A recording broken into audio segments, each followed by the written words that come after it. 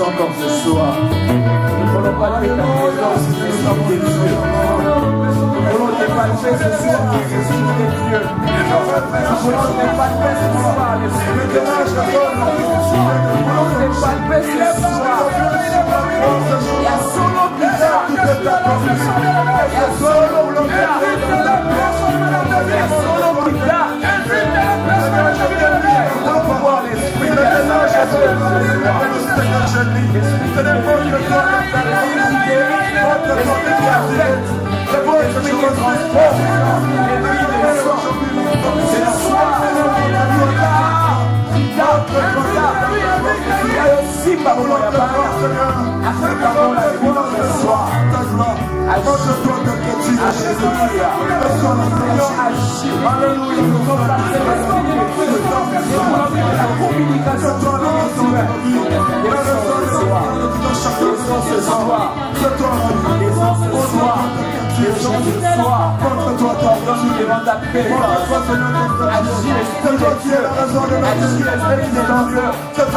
Faire quoi?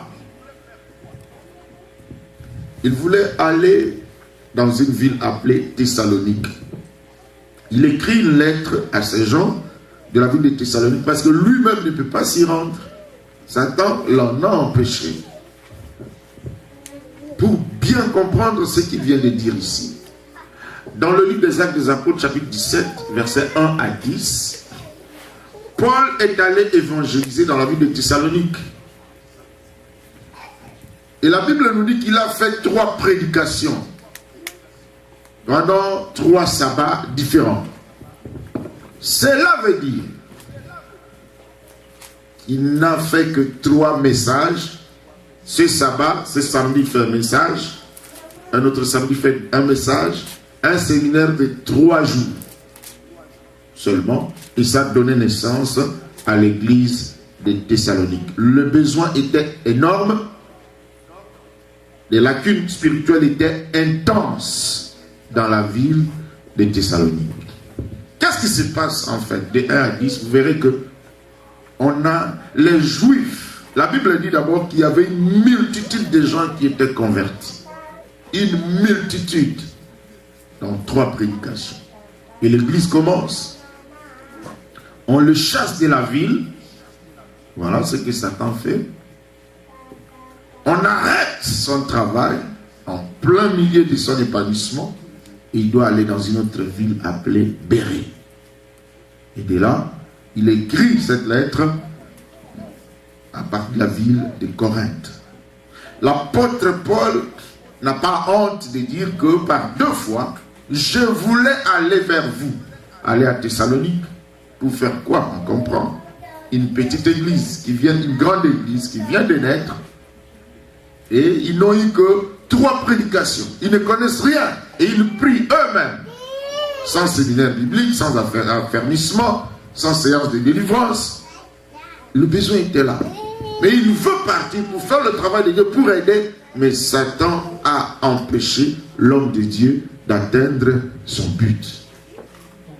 Voilà ce que nous pouvons appeler les empêchements de Satan.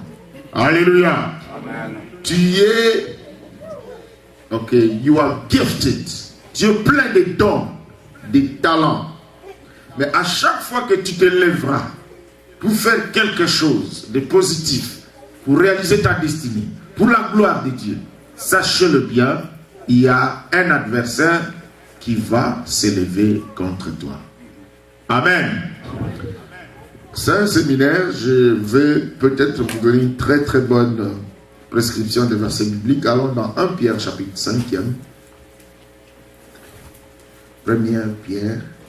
Je suis en train juste de poser le fondement par rapport à la connaissance des choses spirituelles sur Satan et sur les démons. 1 Pierre chapitre 5.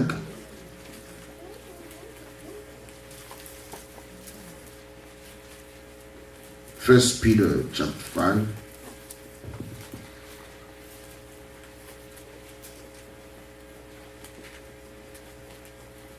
On va lire juste un verset, le verset 8.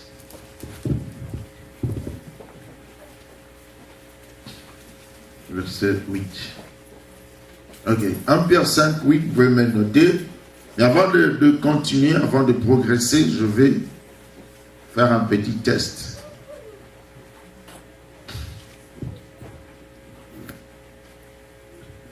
Ok. J'ai compris qu'il y a une certaine mauvaise conception de Satan dans la tête des enfants de Dieu. Ça, c'est le plus grand problème dans le monde des délivrances, des démons, des possessions. Il y a deux extrémités. Beaucoup de gens, Négir qui parlait démons, ils croient trop à Satan. Tu n'as pas bien étudié, tu as été négligent. Professeur Matingo te donne 7 sur 20 et tu dis les démons. La sorcellerie de ma famille. Non. Il y a des choses qui ne marchent pas à cause de toi-même. Alléluia. Mais Satan existe. Les démons existent. Il y a une autre extrémité, c'est l'ignorance totale, le rejet de toute forme de connaissance sur Satan. Satan, c'est toi-même. Satan, c'est un mauvais cœur, c'est pas un esprit. Moi, j'ai un problème avec une église américaine au Colorado. Parce qu'ils m'ont invité à prêcher la parole de Dieu. Il y a une sœur ivoirienne qui s'élève. Elle dit, pasteur, j'aime le message, en plein message, elle m'a coupé. J'aime la parole de Dieu. Prie pour moi, j'ai besoin de la délivrance. Ok. J'ai dit que je suis à la fin. Ok, lève-toi ma soeur, au nom de Jésus, sois libérée. Elle est tombée par terre et elle a commencé à ramper comme un serpent. Ok. Toi, esprit impur, serpent, python, libère ma soeur au nom de Jésus. Alors tous ces blancs-là, ils me regardaient. Après la prière, ils m'ont convoqué au bureau du pasteur. Ah, man of God, nous avons beaucoup de respect pour toi. Mais ce que tu as fait là, c'est quoi? Je dis non, je chassais un démon. Ça veut dire quoi? Je dis non, il y a des gens qui ont des démons au-dedans d'eux.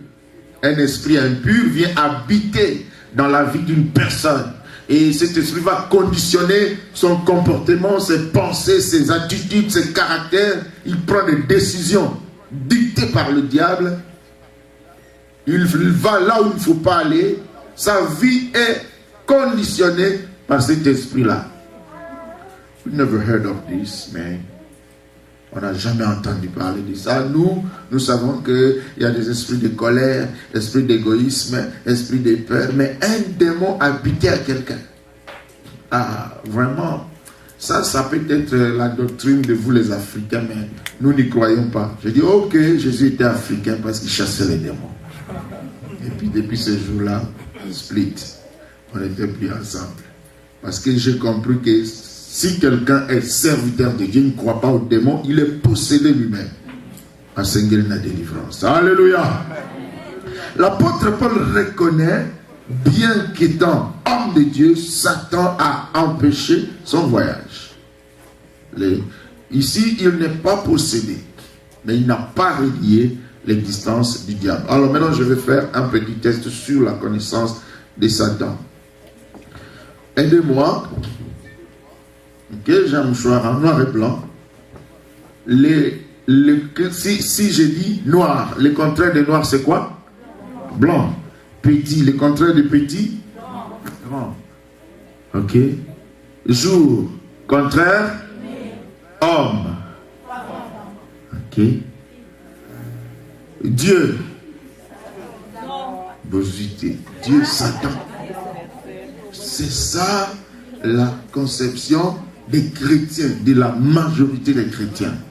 Ils pensent que c'est un monde manichéen, donc Dieu d'un côté et Satan de l'autre.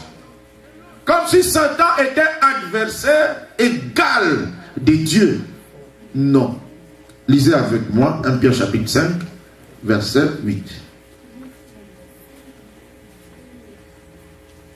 Soyez sobres, veillez, votre adversaire, le diable, rôde comme un lion rugissant, cherchant qui il dévorera. Votre qui? Adversaire. C'est l'adversaire de qui? Notre adversaire à nous. Ce n'est pas l'adversaire de Dieu. Amen. Hein? Adversaire de l'homme. Alors quand on parle de l'adversaire, ça veut dire quoi? Il y a deux équipes opposées. Toi, tu es dans une équipe qui veut faire réaliser la destinée de Dieu. Tu vas d'un côté et le diable, lui, tout ce qu'il... Le mot diable veut dire adversaire. Dans la Bible, à chaque fois qu'il y a la mention de cet être-là, spirituel, il y a une signification. Si on voit, on l'appelle Satan, il y a lieu de parler de l'accusation. Accusateur. Satan veut dire accusateur. Quand on dit diable, veut dire adversaire, ennemi. Et quand on dit le malin, ça veut dire qu'il y a la ruse. The evil one. Donc, on ne met pas son nom. Bon, ici à la place de diable, remplaçons Satan. Non. On a écrit diable pour montrer l'action de l'opposition. Donc, le diable, notre adversaire à nous, ce n'est pas l'adversaire de Dieu. Alléluia. Et il s'oppose à quoi? Il s'oppose à la réussite de ta destinée. Dieu, quand il t'a créé esprit, il a déposé stratégiquement quelque chose en vous pour que ça vienne se déployer sur la planète Terre. Tu seras béni, tu vas résoudre un problème, Dieu sera glorifié. Et le diable dit, non, moi je me lève, là où il y a une chapelle, une église, moi je mettrai ma chapelle à moi. Là où il y a mission de Dieu, moi j'emmènerai une contre-mission. C'est ça le rôle du diable, enfin le travail qu'il fait. Alors j'aimerais un peu remonter un peu plus loin par rapport à l'origine.